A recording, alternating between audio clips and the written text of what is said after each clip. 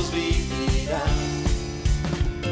Ha demostrado que Él es fiel y verdadero, y por los siglos de los siglos vivirá.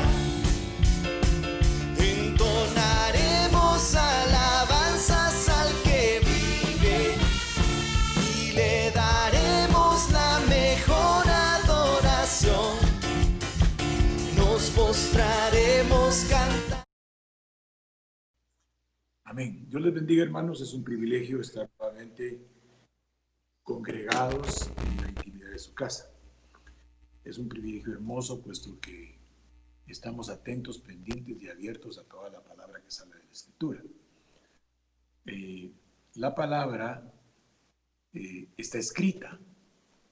El ministro la recibe de parte de Dios y luego, como una semilla, la lanza al ambiente de aquellos que se congregan bajo la cobertura ministerial del pastor de una congregación, del apóstol de una congregación, del evangelista, del maestro o del profeta.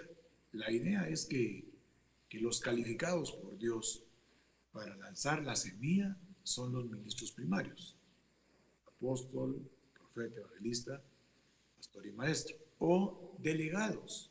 O sea, el ministro constituido tiene la autoridad de parte de Dios para delegar a una persona para poder lanzar con autoridad la semilla de la palabra.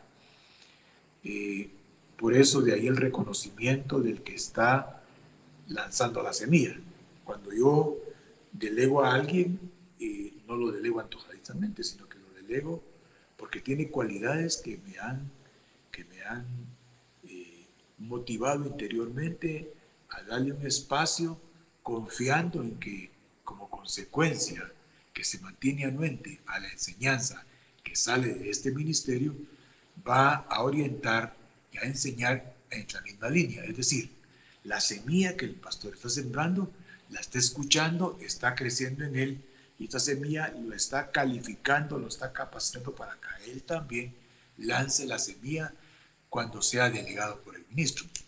De ahí que ayer se puso una notita en el WhatsApp de la congregación que todos los que tienen alguna delegación de enseñanza, ya sea danza, escuelita de niños, la oración o esas actividades de las cuales el pastor toma el tiempo, todos los que estamos trabajando en la obra tenemos que tener una anuente, constante conexión con estos medios de comunicación virtual. ¿Por qué? Porque, le vuelvo a repetir, la palabra es una semilla. La palabra semilla es la palabra esperma. Y esto quiere decir que tiene en su interior códigos genéticos capaces de provocar una reproducción efectiva cuando cae en el receptor adecuado. Ahora bien, puede haber una esterilidad espiritual. O sea, el ministro está lanzando la semilla, palabra que Dios le puso en el corazón, la lanza al ambiente, y cuando hay alguien que está dispuesto, que está anuente, que está dispuesto, vuelvo a repetir, esta palabra se va a decodificar dentro de él, o sea, se va a desmenuzar, se va a abrir dentro de él, le va a afirmar interiormente su vida espiritual y lo está capacitando y habilitando para que él también pueda sembrar la semilla. Cuando el pastor lo delega, la orientación que le va a dar a la palabra que va a enseñar va en la línea de lo que Dios le ha mostrado, consecuencia de la semilla que el pastor ha sembrado. Miren, es una unidad indestructible. O sea, por eso hay congregaciones. Cada congregación tiene la palabra oportuna. Por ejemplo, ayer hablábamos del arrepentimiento, de la reconciliación, del perdón y del acercarnos a Dios. Si Dios lo permite, vamos a ir desmenuzando poco a poco esta situación. Aunque recuerde que la palabra arrepentimiento la hemos visto mucho, bastante, por mucho tiempo. Casi por 6 meses estuvimos enseñando sobre el arrepentimiento. Si esta palabra, que es una semilla del arrepentimiento, entró dentro de mí, empieza a crecer dentro de mí. Empieza a provocar alguna intención de orientar mi vida espiritual a tener claro que el arrepentimiento me abre una puerta. Una puerta. Entonces, cuando alguien es delegado por el pastor para dar una enseñanza, si realmente la palabra dentro de él ha provocado una inquietud en el orden espiritual, él continúa en la línea ampliando lo que Dios le da. Por ejemplo, hace poco veía yo, delegamos a hermana Dorita de Rodas para una enseñanza y hermana Livni le decía, gracias hermana Dorita por la ampliación del tema. Entonces, sin que me dijeran nada a mí, esa palabra ampliación me hizo a mí entender que la hermana Dorita había amplificado. Es como cuando la pastora también enseñó, ha estado enseñando en aspectos que yo he enseñado, y luego veo el mensaje donde dice, gracias hermana, porque la palabra que Dios le dio, esa palabra ya se la dio Dios a ella, pero en base a lo que recibió del ministro. No es que el ministro quiera tener relevancia en él, porque hermanos, ¿qué caso y qué sentido tiene tener alguna representación relevante en el mundo espiritual? El que quiera ser el más grande es el más pequeño en este mundo espiritual.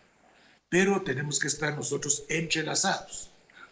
Por ejemplo, la oración del jueves tiene una orientación de acuerdo a la palabra. La oración de los jueves va a ir en orientación a entender que el arrepentimiento es una característica que Dios reconoce en el hombre, porque la palabra teshuvah, que es arrepentirse, en el hebreo quiere decir volver, regresar, retornar. Entonces, en esa línea va a ir la oración. Cuando las hermanas de la escuelita de niños seguramente van a orientar en próximas oportunidades sobre el arrepentimiento, los temas que se van a dar. Porque la escritura es amplia, es grande. La escritura es un mar de información. Pero el pastor recibe la orientación espiritual de parte de Dios, apoyado en la palabra, de lo que necesita la congregación. ¿Ah?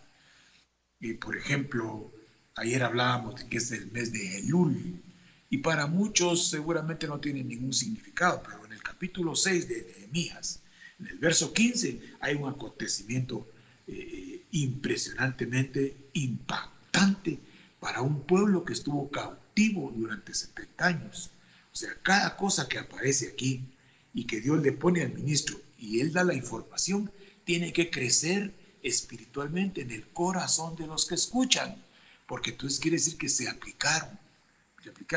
Cuando hermana Ninette enseña algunos aspectos, yo oigo, porque estoy pendiente de todo lo que se dice, y hermana Ninette enseña en línea de lo que el pastor instruyó. La pastora Ana en la línea de lo que el pastor instruyó. La pastora Dora en la línea de lo que el pastor instruyó. La idea es ir conformando un sustento que sostenga y provoque el crecimiento en el orden espiritual. Si yo estoy oyendo aquí, estoy oyendo por todos lados, estoy oyendo nada más por escozor de oír. Pero la idea de escuchar la palabra es que la meditemos, la analicemos para que provoque en nosotros algún efecto espiritual. Esa es la idea. Quiero que leamos Nehemías 6:15 solo para que usted se dé cuenta de lo que ahí aparece. En Nehemías 6:15, acuérdese usted que Esdras, Nehemías, son los restauradores por excelencia, por supuesto, con el respaldo de Ageo, con el respaldo de Zacarías, con el respaldo de Zorobabel, inclusive con el respaldo de Ciro, de Darío, de Artajerjes. O sea, era un equipo de personas, pero los que básicamente fueron los motores, permítame usar la palabra, o los agentes enzimáticos, o los agentes que catabolizaron todo, que anabolizaron todo, fue Esdras y Nehemías. Cuando ellos decayeron, Zacarías y Ageo oraron.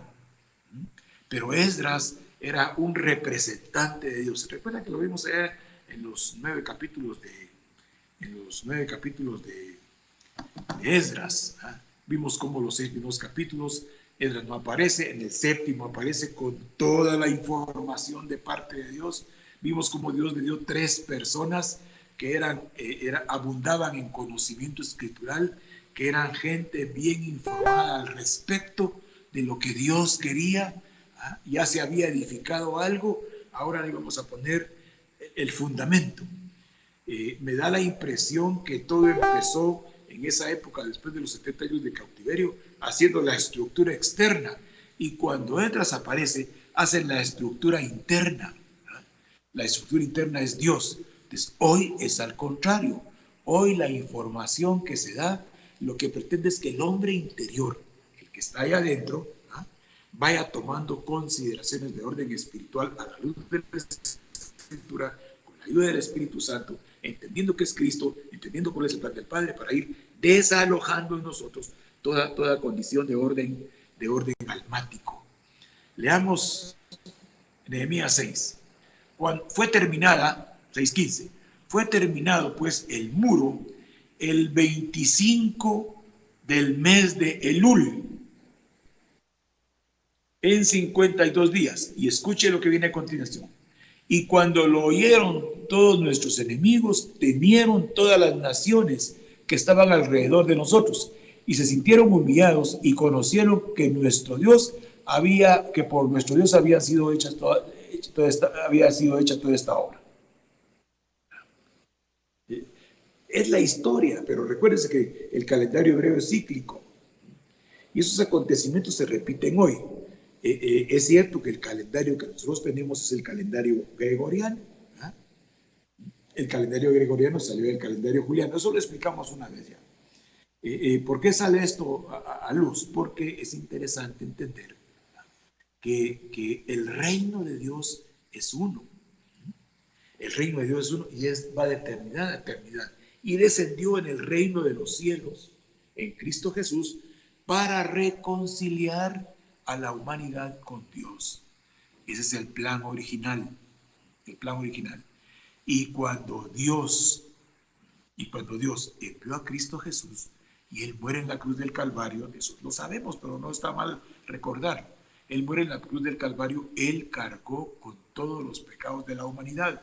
Los pecados tomaron el cuerpo del Cordero de Dios, lo llevaron a la muerte, pero al tercer día Él vence a la muerte y sale del infierno resucitado en una nueva calidad, en una nueva entidad de orden espiritual. Por eso, cuando lo va a tocar María, Él le dice, no me toques, no he subido a mi Padre. El tabernáculo terreno tenía atrio, lugar santo y lugar santísimo. Pero el Señor ya no iba a trabajar en ese tabernáculo, sino que Él estaba en el atrio, la tierra. Ahí padeció, ahí falleció, ahí murió el Cordero, igual que en el tabernáculo de Moisés. Luego Él pasó al lugar santo. Y en el lugar santo Él resucita.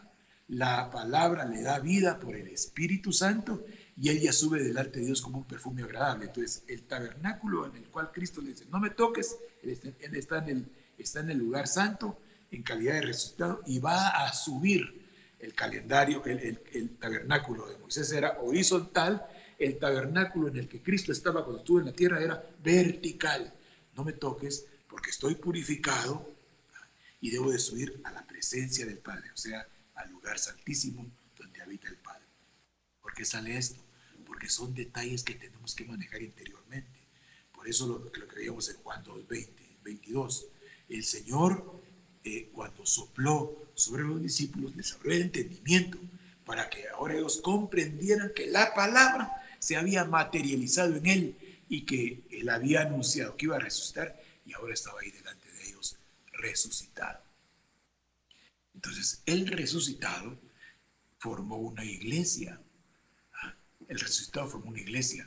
En el capítulo 2 de Hechos empieza la iglesia del resucitado, o sea, todo aquel que se incorpora a la iglesia del resucitado, Cordero de Dios, Yeshua, o Jesucristo, o Jesús, como usted lo quiera nombrar, ese grupo ya no muere, porque ese grupo está en la presencia de Dios. Ese grupo ya no tiene un tabernáculo horizontal. Ese grupo de los resucitados tenemos un tabernáculo vertical y estamos en la presencia de Dios. Nuestra vida está escondida en Dios, en Cristo Jesús. O sea, entonces, estamos en el atrio, que es la tierra. Nosotros actualmente estamos en el atrio, que es la tierra. En ese atrio nos arrepentimos. En ese atrio reconocemos nuestros pecados. En ese atrio tenemos nuestro altar del holocausto. En ese atrio tenemos también nuestro lavacro, donde nos damos cuenta realmente cuál es nuestra condición. Por eso aquel texto famoso de Romanos 12 es bien interesante, porque está hablando del atrio, cuando dice, no se conforme a este siglo, renuévese en el espíritu de la mente. Pero antes le ha dicho, analice bien, haga un culto racional de usted y mire qué es lo que tiene que presentar en su atrio. Porque su vida está escondida con Cristo en Dios, pero todavía está en el plan terreno. Usted está entrando continuamente al lugar santo. O sea, mire, pues el tabernáculo ahora es horizontal. Está entrando al lugar santo, se alimenta de la palabra. El Espíritu Santo se la da a entender. Usted se presenta al altar del incienso orando con palabra. Y eso, tarde o temprano, algún día, como estamos en el lugar santo, toda la iglesia de Cristo Jesús es un mundo de seres vivientes que estamos en la presencia de Dios, pero nuestra ubicación es terrena, pero nuestro alimento es celestial.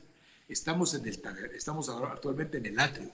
Ahí continuamente estamos llevando nuestra condición de pecadores al altar del holocausto, que hoy no es una hoguera, ni es un lugar donde se ponía a quemar el cordero. Hoy en nuestro altar del holocausto, en nuestro atrio, está Cristo Jesús a la diestra del Padre. El sacrificio fue uno de una vez y para siempre. ¿Por qué estoy hablando de esto? Porque el arrepentimiento no es algo simple. El arrepentimiento tiene una implicación espiritual impresionante. Yo quisiera que viéramos algunas cosas importantes que Dios me ponía en el corazón hoy, que estaba pensando cómo teníamos que abordar este asunto, porque recuerde que dijimos, el arrepentimiento nos lleva a la reconciliación. Esto ya aplica en el mundo espiritual. Recuerden, hermanos, que ahora ya no estamos hablando con gente que sale de una condición almática relevante.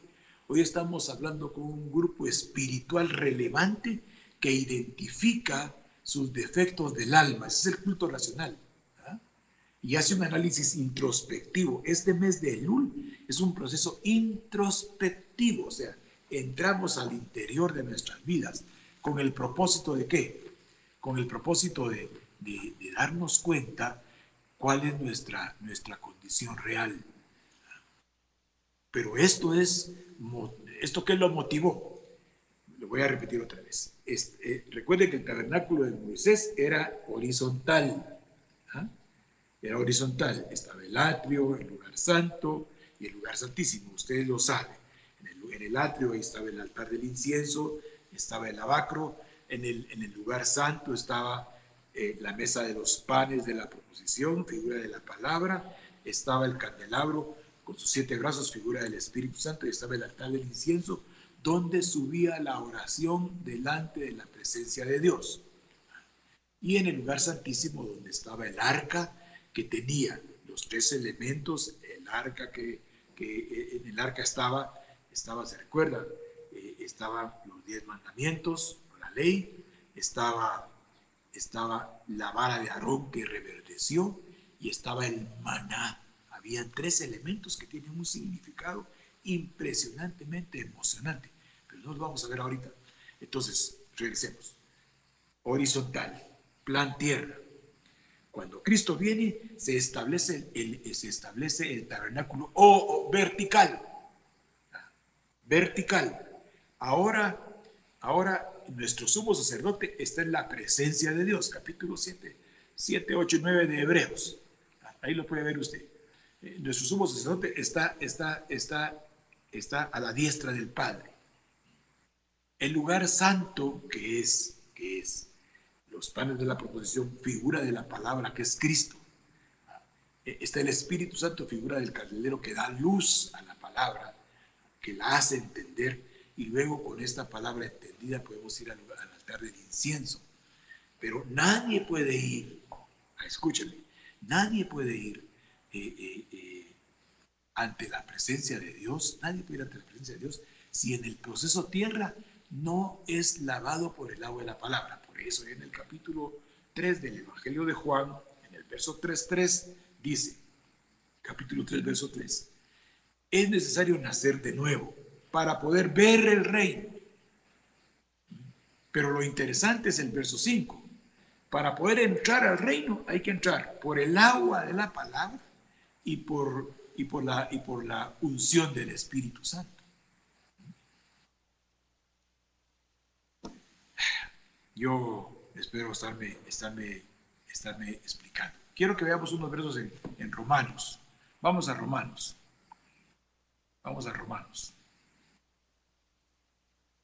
Y vamos a leer unos versos así, vamos a leer unos 6 versos. Yo los voy a leer, ustedes escuchen. Romanos capítulo 5. Vamos a leer el verso 6 al 11. Ahí está diciendo que Jesucristo nos quita de la muerte y Él se pone por nosotros y Él muere. El propósito de morir de Él es reconciliarnos con Dios, para que en ese tabernáculo vertical podamos, primero, alimentarnos de la palabra, que el Espíritu Santo, que es figura de la unción, figura del aceite, figura de la luz, esa palabra nos la desmenuce y nos la haga entender, para que podamos ir al altar del incienso y ser escuchados por Dios. Porque el paso próximo es transformarnos a la manera de Cristo, a la imagen de Cristo, para poder pasar a la presencia de Dios. Es lo que vemos en 1 de Juan capítulo 3, pero lo vamos a ver adelantito. Escuche pues, verso 6 del capítulo 5 de Romanos. Porque Cristo, cuando éramos aún débiles, a su tiempo murió por los impíos. Ahí estamos. Ciertamente, apenas moriría alguno por un justo. Con todo, pudiera ser que alguno osara morir por el bueno. Verso 8. Mas Dios muestra su amor para con nosotros, en que siendo aún pecadores, Cristo murió por nosotros. Pues, mucho más, estando ya justificado en su sangre, por él seremos salvos de la ira. Este es un argumento hermoso, este verso 9, que es muy usado por los hermanos que anuncian que nosotros seremos arrebatados antes del establecimiento de la tribulación. Este es un buen argumento espiritual, Pero bueno, no es el punto ahorita. Verso 10. Porque si siendo enemigos fuimos reconciliados. Escuche, este es un detalle importante. Un detalle importante. Porque si siendo enemigos fuimos reconciliados. Estamos hablando de que fuimos reconciliados con el perfecto Dios. Con el creador de todas las cosas. Porque si siendo enemigos fuimos reconciliados.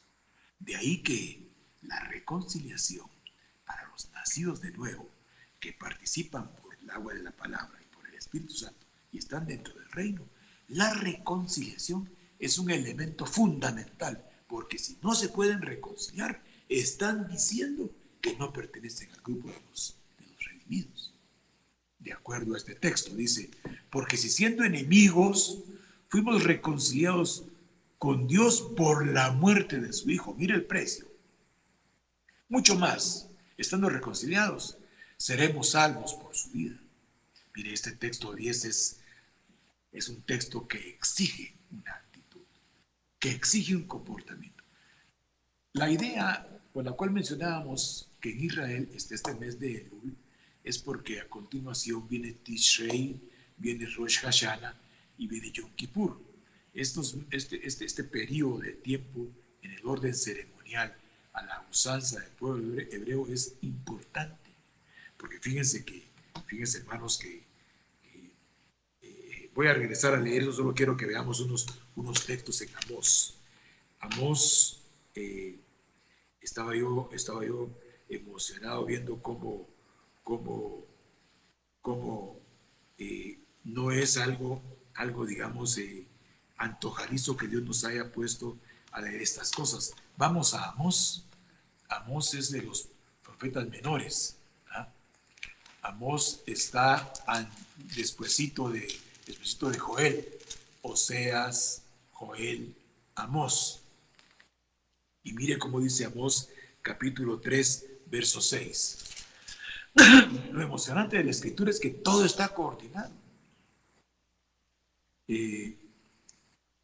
Acabo de oír al apóstol Sergio Enríquez decir algo que me llamó mucho la atención. El antiguo pacto está casado con el nuevo pacto. Hay un matrimonio indisoluble.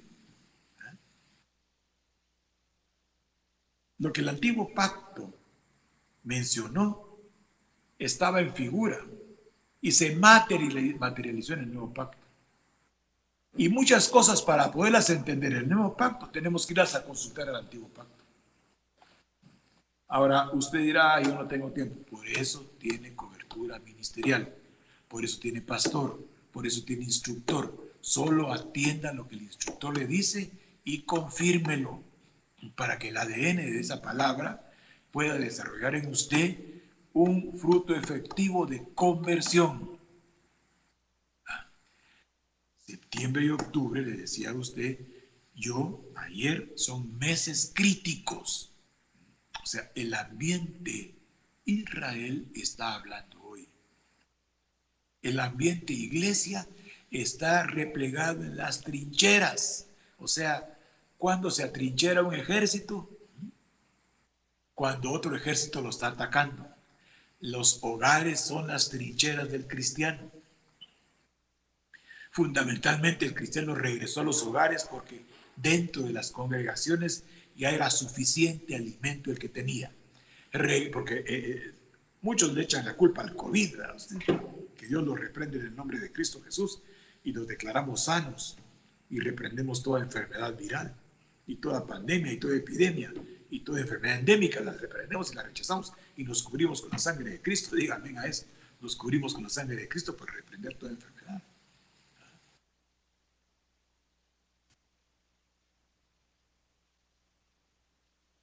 Pero regresamos a los hogares para hacer volver el corazón de los padres a los hijos y de los hijos a los padres. Para que los rebeldes se incorporen al camino de los justos y hagamos un pueblo bien dispuesto para Dios. ¿Para qué vamos a disponer a alguien para Dios? Porque los tiempos son finales. Y cuando digo finales no quiere decir que se va a acabar el mundo. El mundo no se va a acabar. Las mundanalidades van a dejar de ejercer su ministerio destructivo y se va a establecer el Rey de Gloria que va a gobernar con vara de hierro. Pero bueno, es otra historia, pero que está pronta a acontecer. Amós 3:6.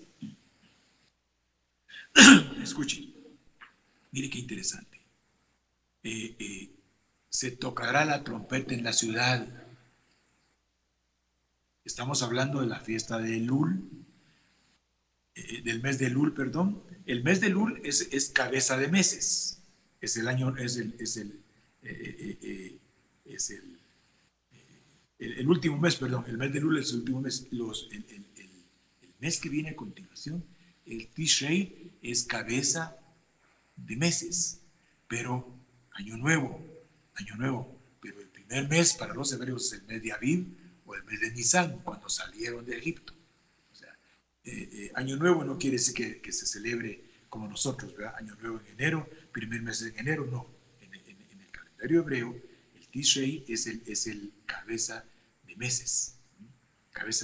Porque ellos tienen sus meses muy vinculados con actos ceremoniales y con fiestas ceremoniales para honrar y glorificar el nombre de Dios. Las 7 fiestas que usted conoce, que terminan con la fiesta de los tabernáculos, ¿verdad? Que empieza con la fiesta de la Pascua. Entonces, después de este mes de Elul, que es mes de arrepentimiento, mes de reconciliación, mes de perdón, mes de acercarnos a Dios, se empieza a tocar el shofar todos los días. Pero la idea de tocar el shofar no es que la gente se atemorice, por eso dice aquí en Amós 3:6, se tocará la trompeta en la ciudad y no se atemorizará el pueblo. ¿Habrá algún mal en la ciudad el cual Dios no haya hecho? O sea, todo lo negativo, también Dios lo hace. Estamos allá en el capítulo 3 de Lamentaciones. La gente, él hace lo bueno y también permite lo malo. Recuérdense que Dios tiene una función decretiva y una función permisiva. Dios permite muchas cosas porque de las cosas malas Dios va a sacar cosas positivas. Por ejemplo,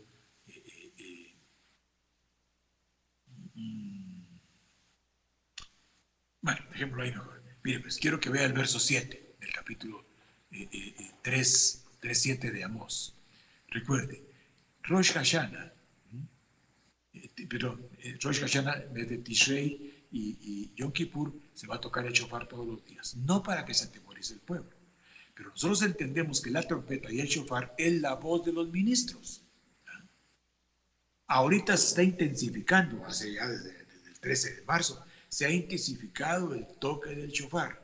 La voz de los ministros por estos medios ha estado entrando a la intimidad de los hogares. Yo quisiera, hermano, que usted me entendiera y me comprendiera con toda su mente, con toda su mente espiritual. Fíjese que Amós quiere decir el que lleva la carga. Vuelvo a repetir. Se empieza a tocar el shofar, Rosh Hashanah, Tishrei, Yom Kippur. Cuando hablamos de shofar, no es el sonido que vimos ayer en este mundo espiritual, sino que está hablando de la voz de los ministros, que a la luz de la Escritura están apercibiendo al pueblo de que tiene que estar preparado para acontecimientos que se avecinan. Septiembre y octubre van a estar marcadamente muy difíciles para la humanidad, pero los cristianos estaremos bajo la cobertura hermosa del Salmo 91 y del Salmo 23, bajo la cobertura hermosa de que Dios acampa alrededor de nosotros y nos defiende, bajo la cobertura hermosa que hay muro y antemuro. O sea, ahorita se está anunciando la palabra, actitudes, comportamientos, qué tenemos que hacer, que nos urge reconciliarnos, que tenemos que arrepentirnos, que tenemos que perdonar, que debemos perdonar, porque Dios quiere acercarse a nosotros. Mes de Elul. Miren cómo dice el verso 7. Recuerden pues el verso 6 de Amós 3. Se va a tocar la trompeta para que el pueblo no se atemorice, sino para que el pueblo se aperciba. Estoy parafraseando el texto. Porque Dios ha permitido lo malo. Ha permitido la dificultad para que tomemos alguna actitud, los que tenemos el privilegio de anunciarle al pueblo y de preparar al pueblo para la postura que tiene que tener para los acontecimientos que se avecinan.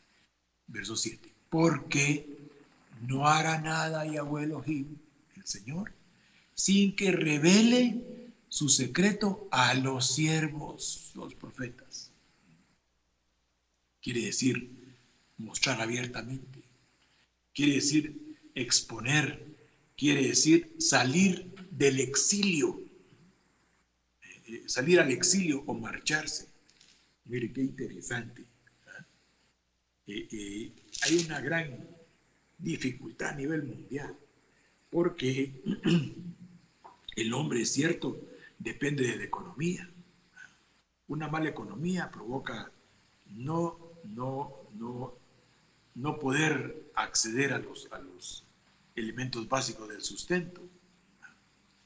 Pero una mala salud, aunque haya una buena economía.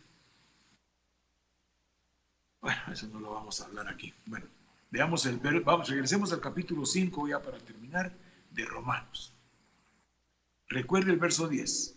Porque si siendo enemigos fuimos reconciliados con Dios por la muerte de su Hijo, mucho más, estando reconciliados, seremos salvos por su vida. Verso 11.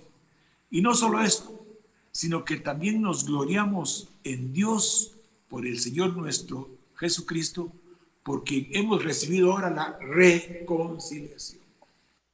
Entonces, nosotros todos los que hemos sido reconciliados por Dios en Cristo Jesús, todos nosotros ahora tenemos una delegación interesante, una delegación de la cual tenemos que tener conciencia.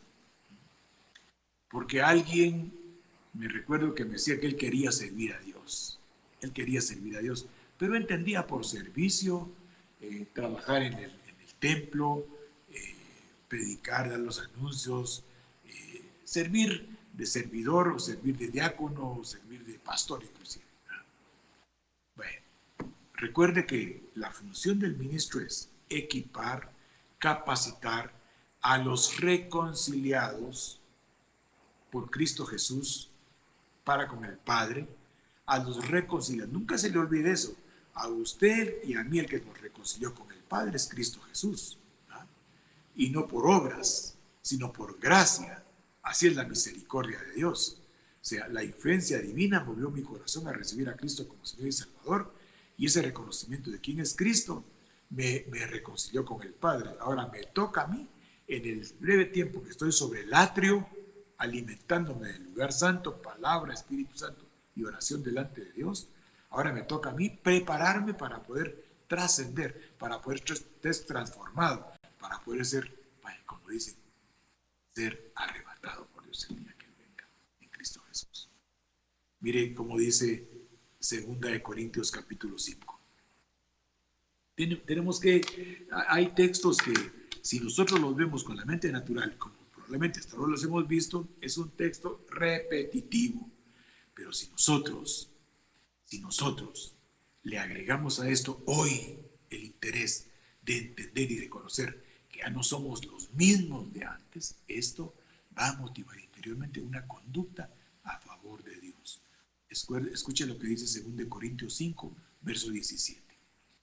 De modo que si alguno está en Cristo, nueva criatura es. Las cosas viejas pasaron. He aquí todas son hechas nuevas. Y esa palabra nuevo es la palabra kainos.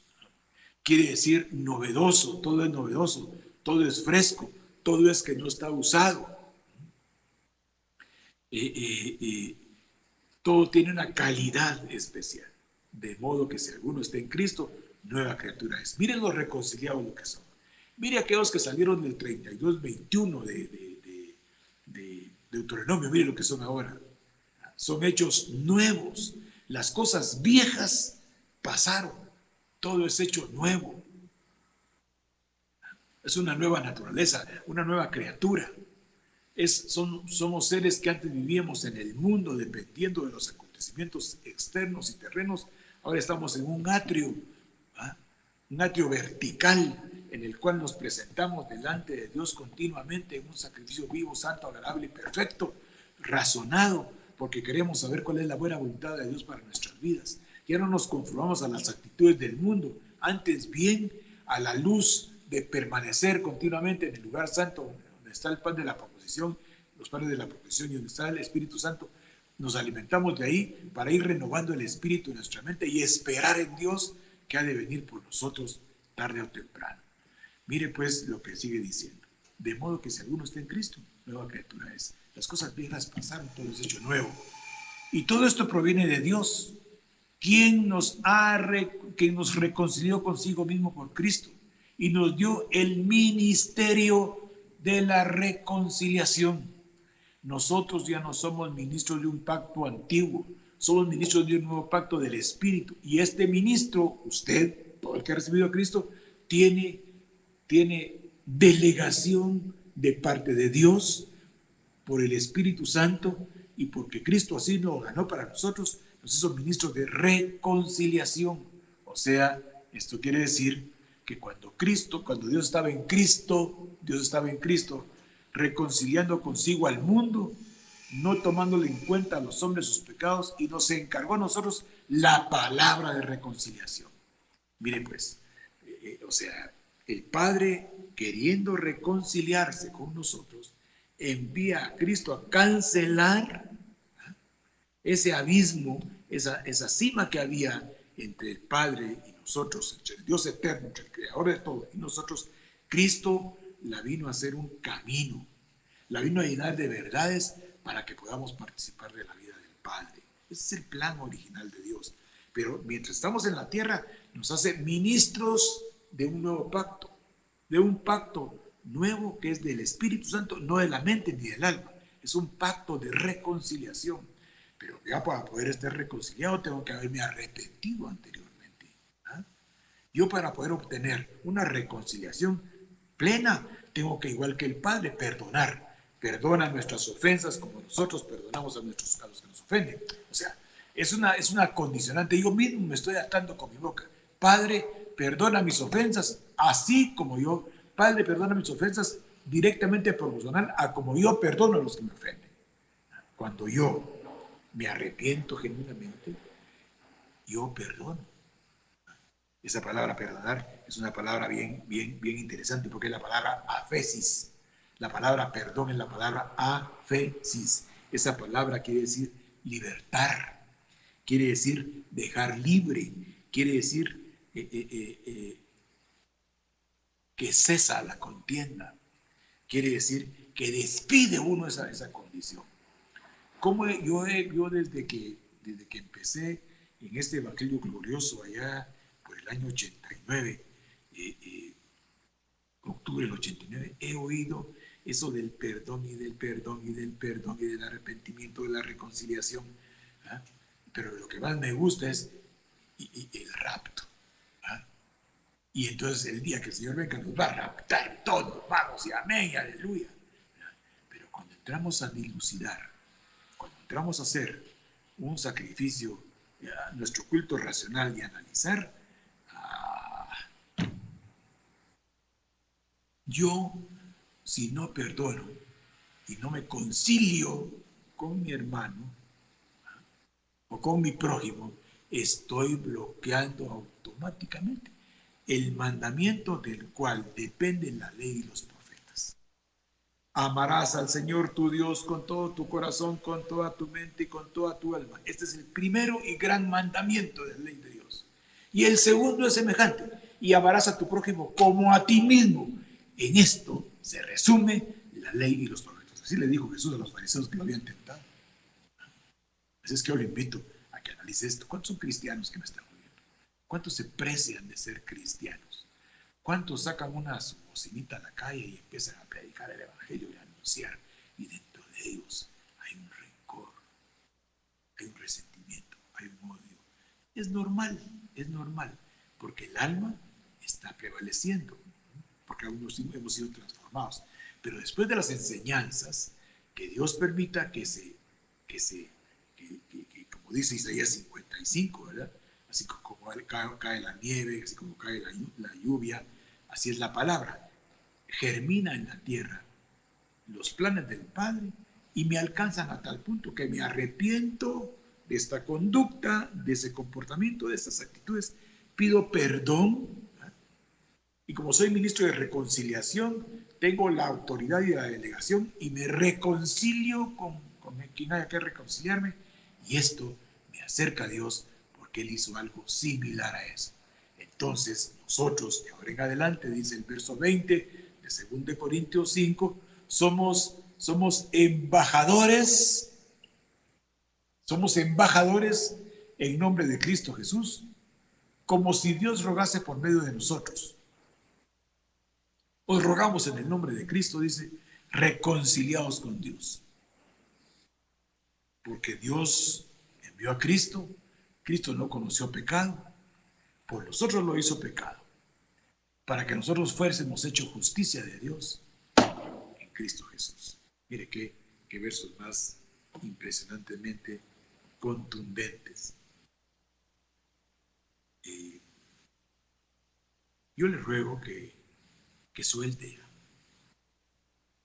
que deje libre ya, que usted se libere ya de toda opresión, que usted y yo entendamos que este mes, aunque estamos en el mes de agosto, va a decir usted, no, que este mes que están celebrando los israelitas después del 21 de agosto para acá, nos haga a nosotros entender. Recuerde que el antiguo pacto y el nuevo pacto tienen un matrimonio. Y muchas cosas que no entendemos actualmente, porque estamos confusos en un calendario pagano, gregoriano, vamos a buscar al calendario hebreo alguna orientación. Recuerden lo que leímos en Amós 3:7. Dios va a revelar a sus siervos, los que anuncian la palabra, los acontecimientos que se dan. ¿Para qué? Para que anden echando profecías y anden echando anuncios futuros. No, para equipar a un pueblo, para que este pueblo esté preparado y esté cerca de Dios cuando venga la total adversidad que se avecina. Que Dios en su misericordia le abra su entendimiento. Y acuérdense que el Señor dijo: habitaré y andaré entre ellos y seré su Dios y ellos serán mi pueblo. Dios en su infinita misericordia espera que la palabra que anuncian los ministros sea entendida, asimilada y de fruto. ¿Para qué fruto? ¿Para qué fruto? Para que el libro de la vida esté como testigo escrito de que hay obras que hacemos que a Dios le agradan en Cristo Jesús, inspirados por el Espíritu Santo. Que en su casa haya salud, haya paz, haya prosperidad, y que toda enfermedad, toda pandemia, toda epidemia, toda enfermedad endémica sea echada fuera. Yo cubro con la sangre de Cristo cada persona de la congregación Monte Gerizim y a toda persona que nos escucha por estos medios, y cubro con la sangre de Cristo cada casa de habitación, para que la palabra de Dios reine en nuestros corazones y corra abundantemente en ese hogar, en esa familia. Amén. Amén.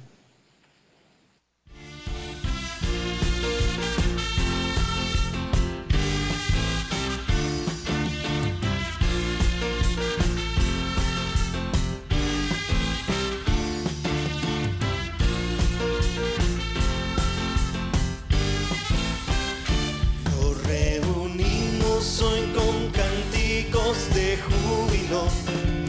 Nos reunimos para darle gloria a Dios.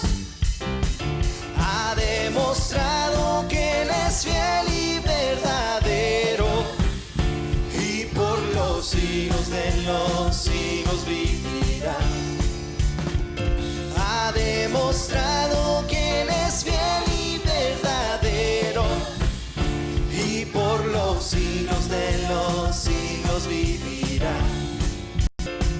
Entonaremos alabanzas al que vive y le daremos la mejor adoración. Nos postraremos cantando